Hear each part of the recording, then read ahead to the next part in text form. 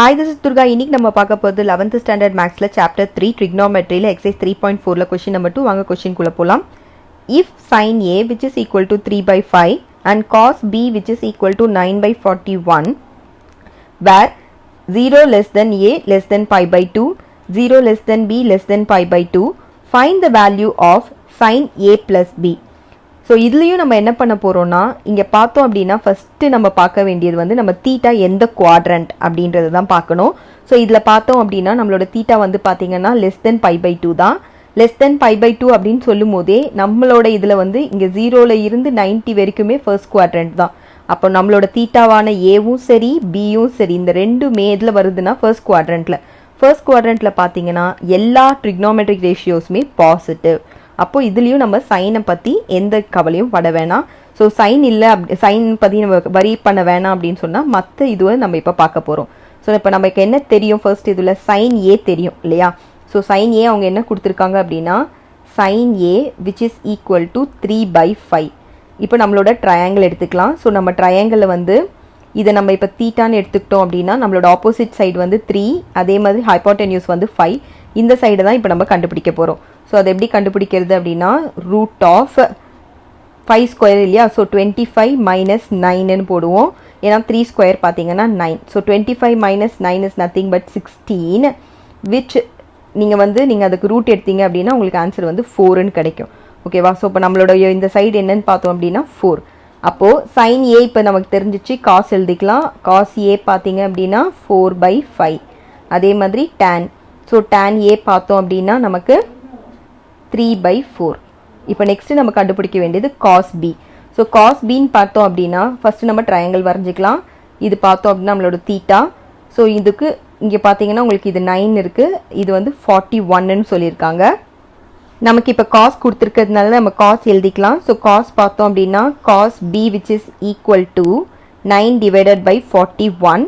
இப்போ நம்ம கண்டுபிடிக்க வேண்டியது வந்து சைன். அது எப்படி கண்டுபிடிப்போம், which is equal to root of 41 square minus 9 square. So 41 square பார்த்தோம் அப்படின்னா நமக்கு 1681ன்னு வரும். 9 ஸ்கொயர் பார்த்தீங்கன்னா 81. அப்போ பார்த்தீங்கன்னா ரூட் ஆஃப் 1600 வரும். So which is nothing but 40. ஓகேவா. இப்போ நம்ம இதுக்கு என்ன இதுன்னு கண்டுபிடிச்சிட்டோம். சைன் எழுதலாம் இப்போது. அப்போது சைன் பி பார்த்தோம் அப்படின்னா 40 divided by 41. ஸோ tan பார்த்தோம் அப்படின்னா tan b which is equal to 40 divided by 9. இப்போ நம்ம ஃபார்முலாவுக்கு வருவோம். சம் பார்த்தீங்கன்னா நமக்கு என்ன கொடுத்துருக்காங்க, sine A plus B. Sine A plus பிக்கான ஃபார்முலா நமக்கு ஆல்ரெடி தெரியும். Sine A cos B plus cos A sine B. இதை நம்ம இப்போ டேரெக்டாக சப்ஸ்டியூட் பண்ணிக்க போகிறோம். சரியா. ஸோ சைன் ஏ அப்படின்னும் போது நமக்கு என்னென்னு தெரியும், 3 by 5. ஏ அது தானே கொடுத்துருக்காங்க, நம்ம அதுதான் எழுதணும். So 3 by 5. நெக்ஸ்ட்டு பார்த்தீங்க அப்படின்னா காஸ் பி என்ன கொடுத்துருக்காங்க நமக்கு 9 by 41 ப்ளஸ் காஸ் ஏ கொடுத்துருக்காங்க 4 by 5. சைன் பி கொடுத்துருக்காங்க 40 divided by 41. இப்போ நம்ம மல்டிப்ளை பண்ணிக்கலாம்.